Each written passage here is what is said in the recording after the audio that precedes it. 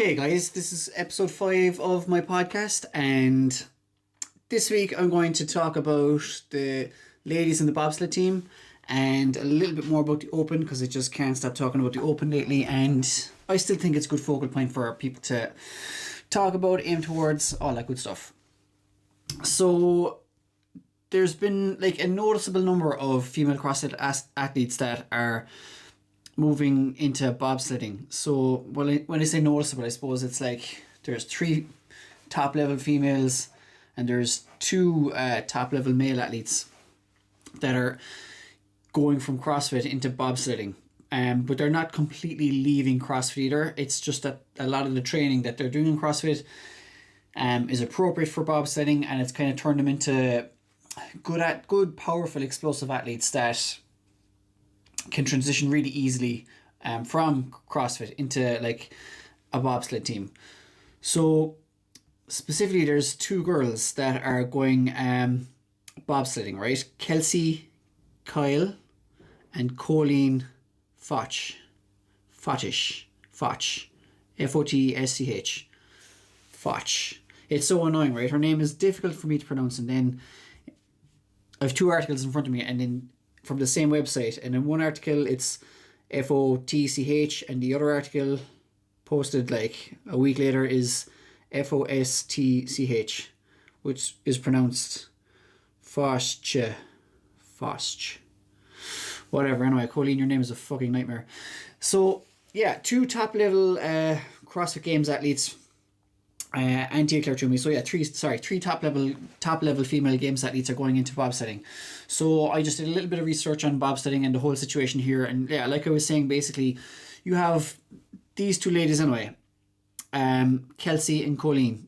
They are like powerful female athletes. I've seen a few videos of them practicing like just a big sled push like on tarmac, and to be a good bobsledder, like I don't really know anything about the sport, right? But I did a little bit of research earlier on today, and basically you have to have a really good 50-yard dash.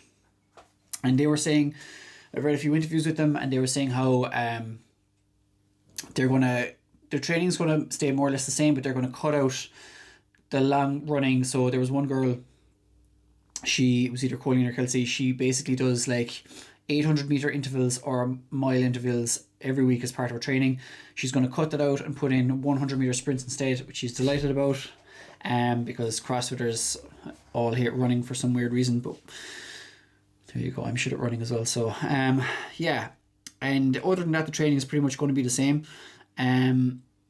So like any long conditioning that they would have is going to be temporarily kind of pushed to one side, and they're going to have more explosive stuff. So yeah, like I said, instead of 800 meter sprint runs, they're going to have 100 meter sprints, that kind of thing. And these girls as well were good athletes before they came to CrossFit. There's one of them who started CrossFit in 2017. I can't remember which one, but Jesus, starting in 2017 and then going to the games like the very next year or something like that. But she played like I think it was either like a track athlete or in like a really high level swimmer. I think it was swimming, but anyway, I transitioned very quickly to CrossFit. And then there's just this hilarious quote as well from Kelsey, and it's on Team USA website, teamusa.org, and she basically kind of she's the girl that used to play soccer in a Division 3 school in New York, and she used to do a lot of track and field, but they didn't have a track and field at college, so she ended up playing soccer. And she says in this quote, "Since we didn't have a track and field at either high school or college, I never learned good running mechanics," she says, "but I had strong legs and could kick the ball from far away." English must be her second language or something, like, because I presume she means to say I could kick the ball very far instead of kicking the ball from far away. Funny. Anyway, or else like she was just totally misquoted. Either way, they should have clarified that. They should have left it out. But yeah, then Claire Toomey, she's been in other sports as well before. So she's done some Olympic lifting. She was in the Olympics in 2016. She came 14th and she was in the 58 kilo division. That is so light. Under 60 kilos. She must be a tiny woman in real life. Like, she looks big on the, like, not big, but she looks imposing and athletic on the camera. But then to be competing in a 58 kg category in the Olympics, like, you are a small person. And then Tia also earned a gold medal in the weightlifting in the Commonwealth Games. And now she's going to try and qualify for the 2022 Winter Olympics. And she'll become the first CrossFit Games athlete to compete in both Summer and Winter Games. Boom. So Tia is really, like, broadening her horizon of, like, you know, stuff she's done, or growing the feathers in her cap and all that kind of stuff. So she'll have loads of accolades by the time, sporting accolades by the time she's finished all this. So that's super impressive. There's probably not another athlete out there that's kind of going from sport to sport to sport and achieving, like, high level success. It's kind of like Michael Jordan going from basketball to baseball, but he didn't do so well in baseball. Anyway, but it is worth noting that, like, CrossFit is really good at, like, they're always saying the same shit as in preparing for the unknown and stuff, but it's actually true that, like, you're doing CrossFit, you're hitting such a broad variety of different things and doing so much not random shit, but varied shit in CrossFit in the gym, that, like, it's very easy to transition into other things that you might want to pursue.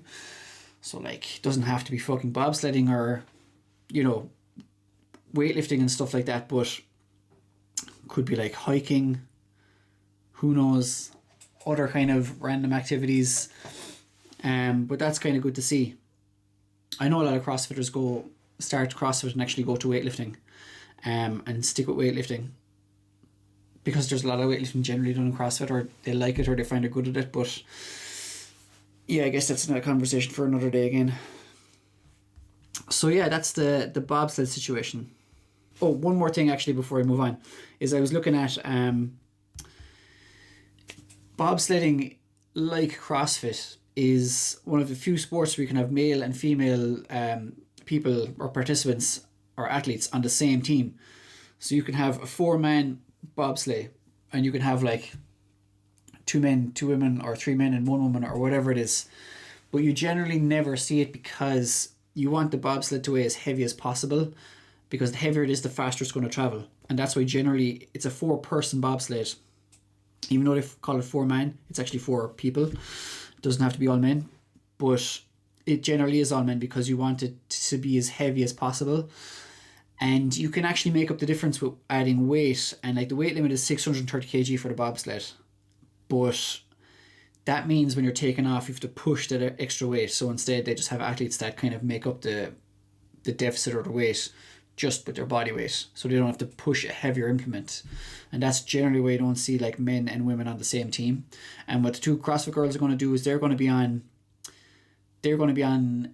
like a 2-person bobsled. So, like, a two-person bobsled is about 325 kg or 340 kg for the 2 ladies. So, and the sled weighs like 165 kilos for the ladies in that situation. So they have to be about, like, rough, like, they can be up to 80 kg each. So I don't know any of the stats in the girls, like, I don't know how tall they are or how heavy they are, but obviously, like, the bobsled teams are looking for, like, really explosive, powerful women to just burst out the gates with that 50-yard dash. And yeah, and that obviously is something that the ladies can achieve. Well, these girls can achieve. It's quite a mad sport then, because when the 4 lads, we'll just say they're lads for the sake of conversation, but when you've got 4 guys or girls or whatever in the bobsled, and they jump into the bobsled after they do their 50-meter run, and they jump into the back, basically they have to crouch down, and you're effectively doing the race blind, which is mad. So the only one that can see where they're going is the driver, and then the other guys, the 3 other guys in the back, have to, like, memorize the track. And basically, if they know they're turning, they have to memorize this. Like, the first turn is like a right, and it's like this angle. The second turn is left, and it's like a more acute angle. So they have to lean more, or whatever the situation is going to be, and they have to memorize that. And, like, if they do something wrong, and someone leans the bobsled, someone leans the wrong way in the bobsled or something like that, and they fuck it up somehow, and the bobsled flips. Basically, the thing is flipped or out of position or gone wrong for the rest of the race. Because I was reading up on it, and if you flip the bobsled and you're upside down, the bobsled actually doesn't stop because it's going so fast, and the track is so steep and so slick that you keep going until the race is finished and like the thing levels off, which is bananas. So like you have that threat in the back of your mind, and you've got probably your eyes closed and you're trying to memorize what way you should be leaning in the turns and stuff like that. Craziness. So yeah, that was really interesting. That's the bobsled. Anyway, okay, the Open. So Dave Castro had an interview this week about the Open, and basically to summarize what was said in the interview was kind of nothing that we don't already know. There was a few questions like, okay, what's the difference between... So you have three categories. You have RX, scaled, foundation, and then another category which is going to be body weight. And he clarified stuff like the RX is basically our baseline programming. So this is what is programmed in the beginning. This is what everything's going to be based around, and you have those workouts, the RX workouts, and you work down from there. So you have your RX workout first of all, and then you have those movements. Next, you're going to have the scaled option of that workout. So let's say, for example, it's chest to bar pull-ups. So then the scale option might be regular pull-ups, and then you'll have like the next tier, which is going to be the foundation. That could be something like jumping pull-ups. And he said that's kind of basically how it's going to work. He like drew it out on the whiteboard, and that was the layout. And then the body weight, he pretty much clarified in a roundabout way, but he eventually clarified it pretty much, is going to be like a separate workout. It's going to be completely different. So if I have something like a random workout off the top of my head, if it's like chest to bar pull-ups, dumbbell box step-ups, and double unders. Basically, like the scale option might be, instead of chest to bar, you have pull-ups. Instead of box jumps, you might have box step-ups. And then the foundation, you might just have lunges or something like that instead. And jumping pull-ups, so on and so forth. But basically, the bodyweight version is going to be nothing like that. So, if you have don't expect some kind of weird random substitute for pull-ups, basically. Or he's not going to substitute box jumps for tuck jumps or something like that. It's going to be pretty much its own thing, which actually makes a lot of sense, because there's no point trying to copy a workout, because then you're limiting what you can do for the RX if you're trying to satisfy the parameters you're laying out with just bodyweight only movements. So it is actually a good idea to have its own entire thing. So it'll be a totally a totally different workout. So totally unrelated to what's being done in the RX scale and foundation. The bodyweight will be its own thing. And all the categories as well will have its, the bodyweight will have its entire own leaderboard. And I'm presuming the other leaderboard then for the RX scale and foundation will work as before, as in you do the RX workout, you're ranked towards the top. You do the scaled, you're ranked in the middle, and you do the foundation, you're ranked towards the bottom. And so on and so forth. So that was cool. Then they talked about the one dumbbell, which I said already. He was talking about that graphic that was released a few weeks ago, and they had two dumbbells on it, and he was like, look, take away one of the dumbbells because you actually only need one dumbbell. So he clarified that, and it's just a normal dumbbell. So if you are practicing at home, getting ready for the open, and you have two dumbbells on the go, forget about that, just one dumbbell. So it's single arm dumbbell thrusters, box step ups, thrusters, clean and jerk, snatches, did I say snatches, overhead lunges, on the spot but not walking, that kind of thing. That's about 5 movements there. So let's go through it one more time. Snatches, clean and jerks, or you could have push press, we'll just leave it out for a moment. Dumbbell box step ups, overhead lunges, goblet squats. Yeah, we could have devil's press as well. A single arm devil's press. Ooh. So at least that narrows things down to about 5 or 6 different movements anyway, that I'm going to start throwing into the programming very regularly now in the run up to the open, because yeah, something out of those 6 movements is bound to come up with just the one dumbbell.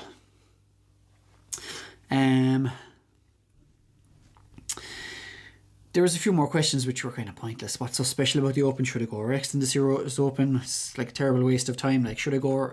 Asking Dave if you should go Rex in the Series Open is just retarded, because obviously you just decide that yourself between you and your coach, and that's pretty much what he said as well. So that was like a waste of a question.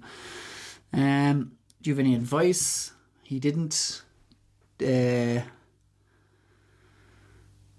the open as an opportunity to retest your fitness journey. Yeah, that's all fair enough. Oh yeah. Anyway, then they started talking about the quarterfinals. The quarterfinals are cool, right? So that's a new thing this year. And I have my calendar in front of me here. But basically, on the quarterfinals, okay, just to take a step back, we have the open starting, which is the 11th of March, Thursday. It's probably going to be the 12th over here. Let me check. The 11th of March is going to be like Thursday in America. So that's pretty much the 12th. At like 2 o'clock in the morning over here. So we'll be doing, if the gyms are open, we'll be doing it on Friday and Sunday. I repeat, if people want to. And if they're not, we will sort people out one way or another. And yeah, so basically you have the open on Friday the 12th, the open workouts on Friday the 12th, Friday the 19th, and Friday the 26th over here. Those 3 workouts. He kept on saying as well how it's going to be like a broad test, and I still think that should mean like a heavy barbell and weights, because in the interview he did say like, where did they ask him? They asked him about weights, and he was just like, have a broad selection of weights, and he didn't give anything else away. And I still think, like, you know, people are going to have the weights they need at home that are basically inside the limits of what they can lift anyway. So like I said already, if a workout has like 100 kg clean and jerk, and I can't clean and jerk that weight, or I don't have that weight and I can't clean and jerk that weight, it doesn't matter that I don't have that weight, because I never would be able to do it anyway. And no one's going to have like weights that are just like 2 or 3 kilos under their PB as well. They'll probably have it like 2 or 3 kilos over their PB just in case. And they'll obviously base it off their biggest lift. But anyway, that's that. So still think there's going to be heavy barbell. What was I talking about though? Oh yeah, basically the timeline. So yeah, on those 3 dates of March, so it's all of March is all the open, except for the first week. But yeah, all the open pretty much. Then you got the quarterfinals in the local gyms, and that's starting, it says here, that's starting the week of April the 5th. So I presume that's going to mean that Thursday the 5th of April, which is going to mean Friday the 9th of April over here. That's what I'm assuming again, because it actually is definitely going to be that date, right? Because it's going to be done over the weekend. Did he say how many workouts? He was very vague on the number of workouts as well. He said like, I think I have like 3 workouts in my head, but he said you have to be able to do a number of workouts over the weekend. So I'm presuming that's going to be around 3 or 4 as well.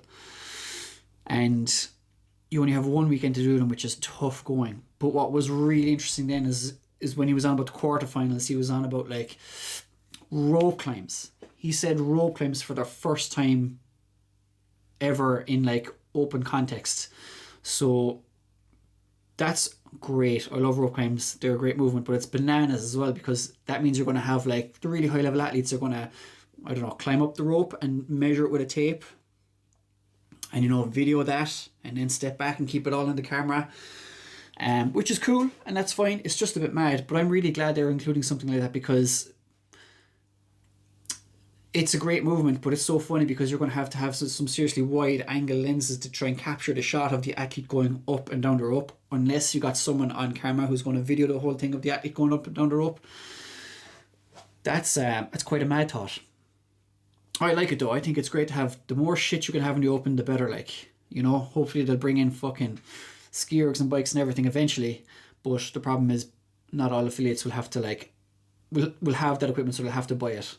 But yeah, he said the word rope climbs, and I hope he just didn't fucking throw it out there as well to throw a spanner in the works or something like that. I genuinely hope we do see some rope climbs in that part, because he did say, like, you know, you want a full suite of equipment that you normally would have in a gym, and he mentioned a rower as well. So rowing usually does come up. But yeah, imagine rope climbs in the open. So the timeline then from between the open and the quarterfinals is basically if you have a top athlete in your gym or you are yourself a pretty good athlete, you only actually get a week off, because the last open workout of the first part of the open is going to be over here starting on the 26th. Some people will do that, they'll probably repeat it again, and they'll have to submit their scores by Monday the 29th. So a lot of the good athletes or people who are planning on getting into the quarterfinals will probably do it twice. And then the quarterfinals at your local gyms is you have a week.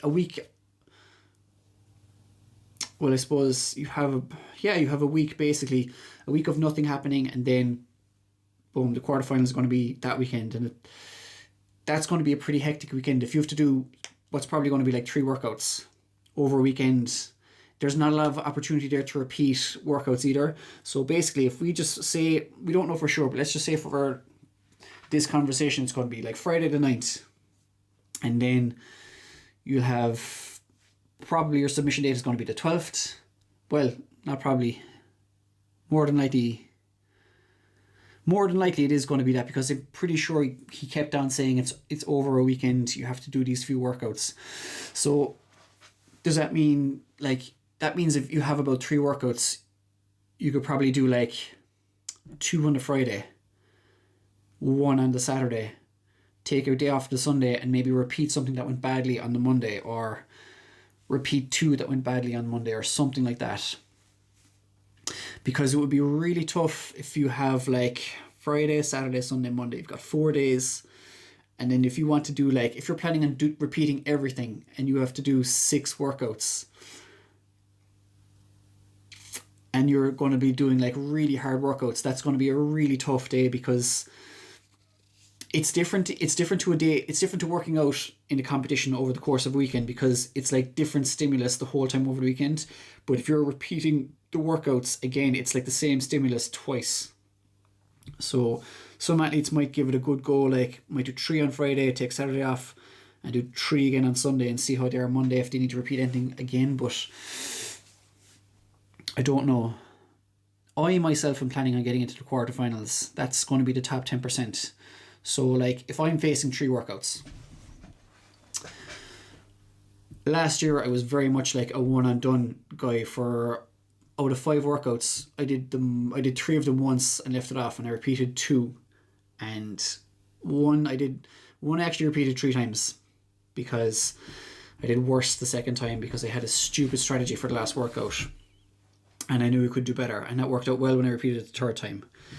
Literally repeated an hour and a half before the submission deadline, but it was worth it. And then the other one I repeated as well, but I only knocked off a few little seconds off my time, and it wouldn't really have made too much of a difference to where I stood overall, I don't think. So that was the first workout, and that really put me off repeating workouts until the last one came along.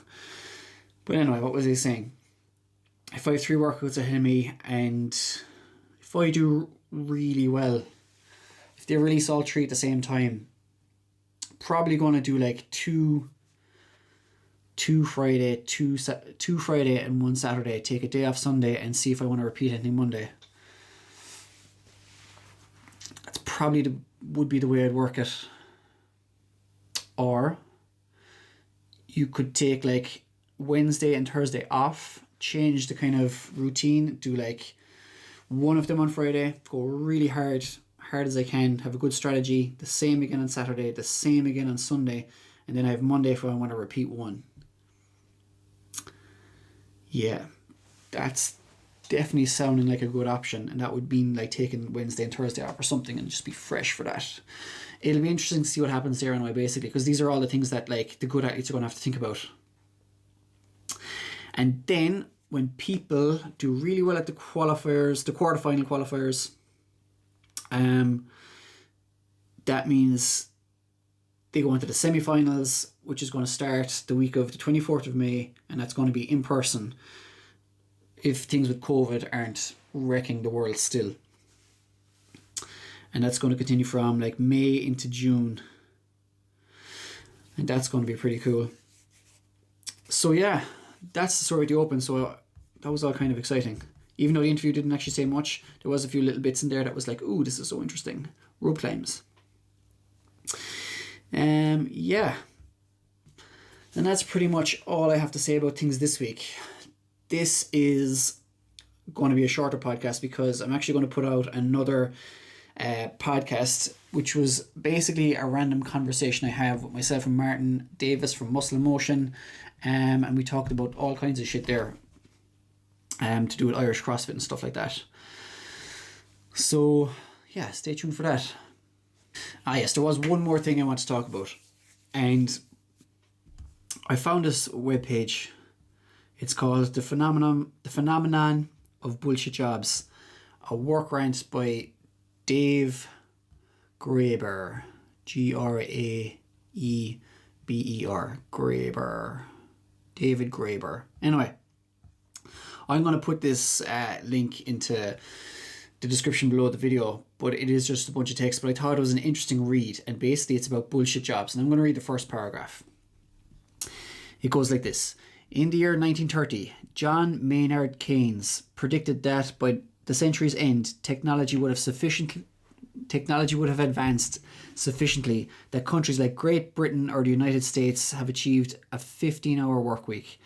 There's every reason to believe he was right. In technological terms, we are quite capable of this, and yet it didn't happen. Instead, technology has been marshalled, if anything, to figure out ways to make us all work more. In order to achieve this, jobs have been created that are effectively pointless. Huge swaths of people, in Europe and North America in particular, spend their entire working lives performing tasks they secretly believe do not need to be performed. The moral and spiritual damage that comes from this situation is profound. It is a scar across our selective soul, yet virtually no one talks about it. I read that and I was like, fuck, that is really interesting. And basically, this whole thing kind of talks about bullshit jobs, and jobs that are just basically created for people to kind of keep them occupied, okay? And it's kind of the idea that basically, like, if you want nice things, you have to earn money, and you have to do something to earn the money to get them. Kind of like really far right-wing capitalist stuff. Talking about some crazy shit here now on a CrossFit podcast. But basically, the reason I kind of came across this, and the reason I'm talking about this, is because I was talking about like working from home and kind of life balance last week or the week before. And I also came across another good website that I'm also going to link below, and it's called eWorkLife, and it's basically all about like strategies for working from home. And like that website I was reading from a second ago, it's basically all about like how just, you know, a lot of the shit we do today can be automated, and there's so much pointless shit that people are doing at work anyway, like meetings for the sake of meetings or something like this, that I think now is a really good time for people to be really efficient in the way they work. I've read a quote or a statistic from somewhere that I cannot reference, but basically it's like for the average person who works an 8-hour day, they actually only work 5 hours. If you're working 9 to 5, an 8-hour day in an office, you actually only work 5 hours in that day, like 5 hours of genuine meaningful work.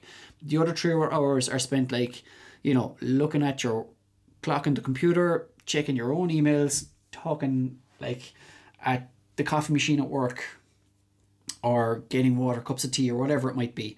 But there's 3 hours wasted every day just doing stuff that isn't really work related at all and totally not necessary, but they're there because we're expected to spend that length of time in the office, but people aren't in the office anymore. So like there's genuinely probably no need for people who traditionally have been working a 9 to 5 or an 8-hour shift, or whatever shift, would you call it a shift? Anyway, the 9 to 5 in the office, no reason for them to be working like 8 hours at home for those reasons, pretty much, or for that reason. So this website is really good because it talks about like reducing digital interruptions and distractions. There's like loads of information on things like that. Managing your email and managing like expectations of availability. So like, I don't want to say people can be at home fucking, being like, I'm not available, even though you probably should be available, but you definitely shouldn't make yourself available more than usual at home, because home is kind of your new work environment.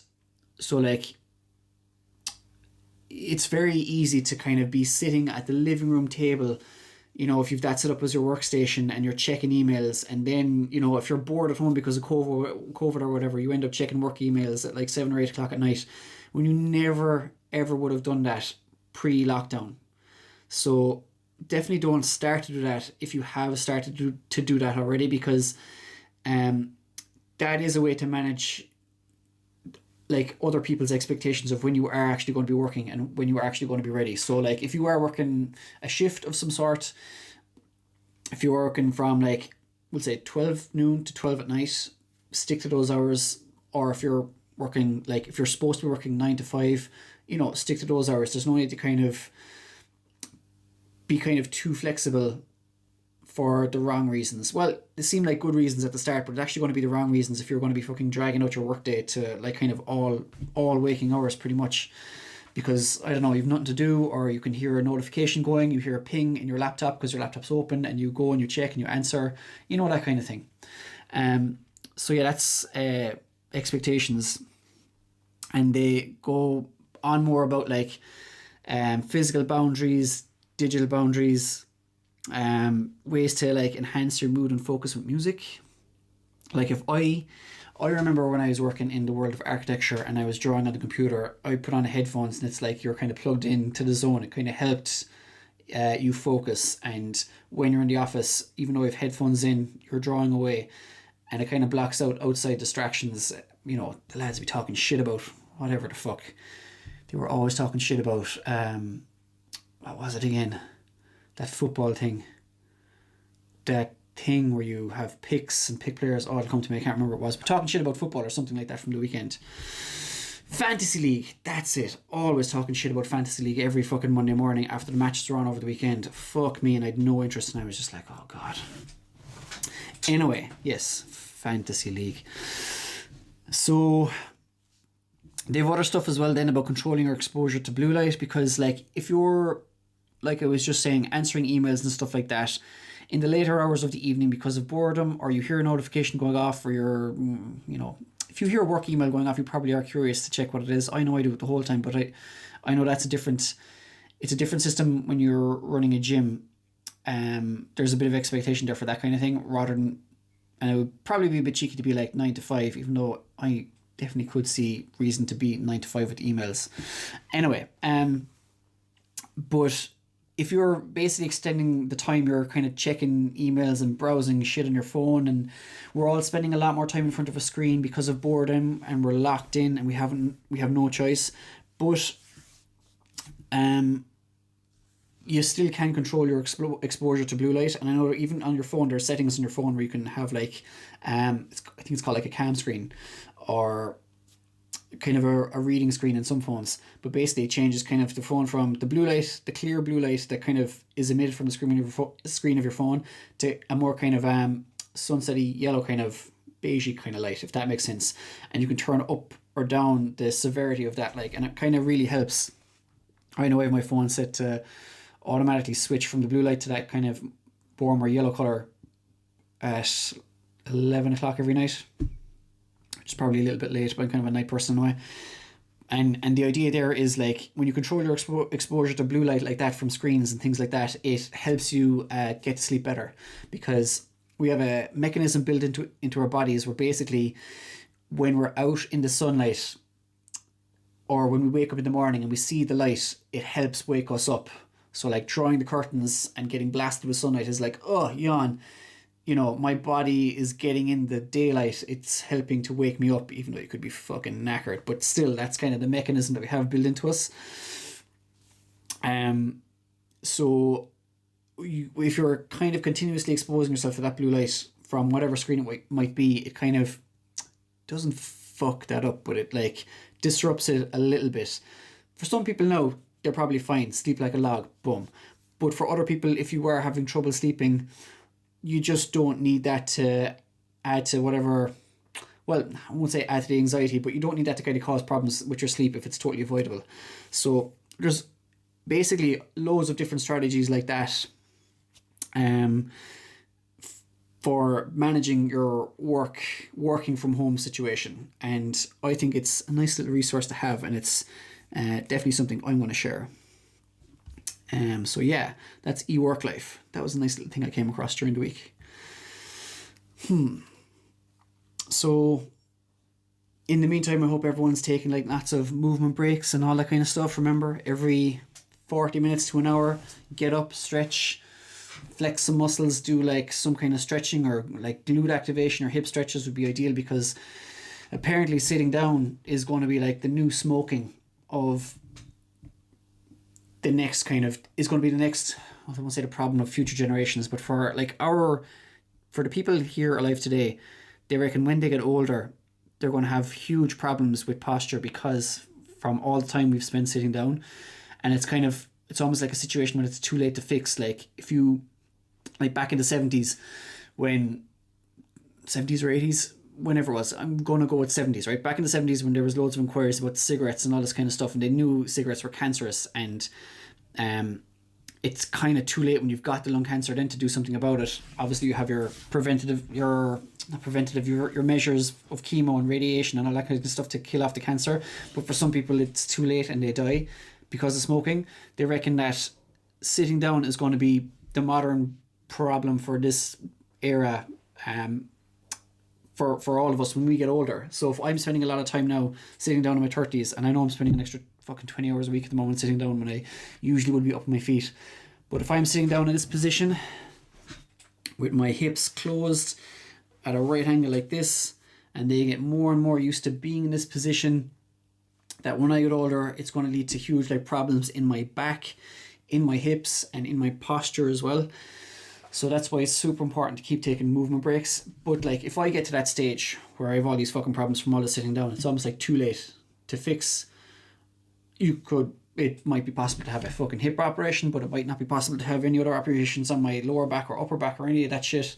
And it's the same when everyone's using their phone at the moment as well. If they're like that a lot, it's okay to be like that for a while, but you have to do something to counteract that, like some exercises or flexing of your back muscles, or, you know, arms up against the wall, stretching overhead, this kind of thing. Something has to be done fairly regularly through the day, and hopefully people can like hear this and kind of build it into their work from home life routine. But yeah, that's pretty much that. Yeah, sitting down will be the new smoking. People will be like, fuck, I've been sitting down for years, shit, be fucking burning chairs out in the streets, my fucking bastards. Anyway, yeah, that's pretty much that. Cool. Okay, that's pretty much all I have to talk about today. Life-changing stuff here as always. So that's pretty much it for this week, guys. Who knows what I'm going to talk about next week, but we'll find out. Until then.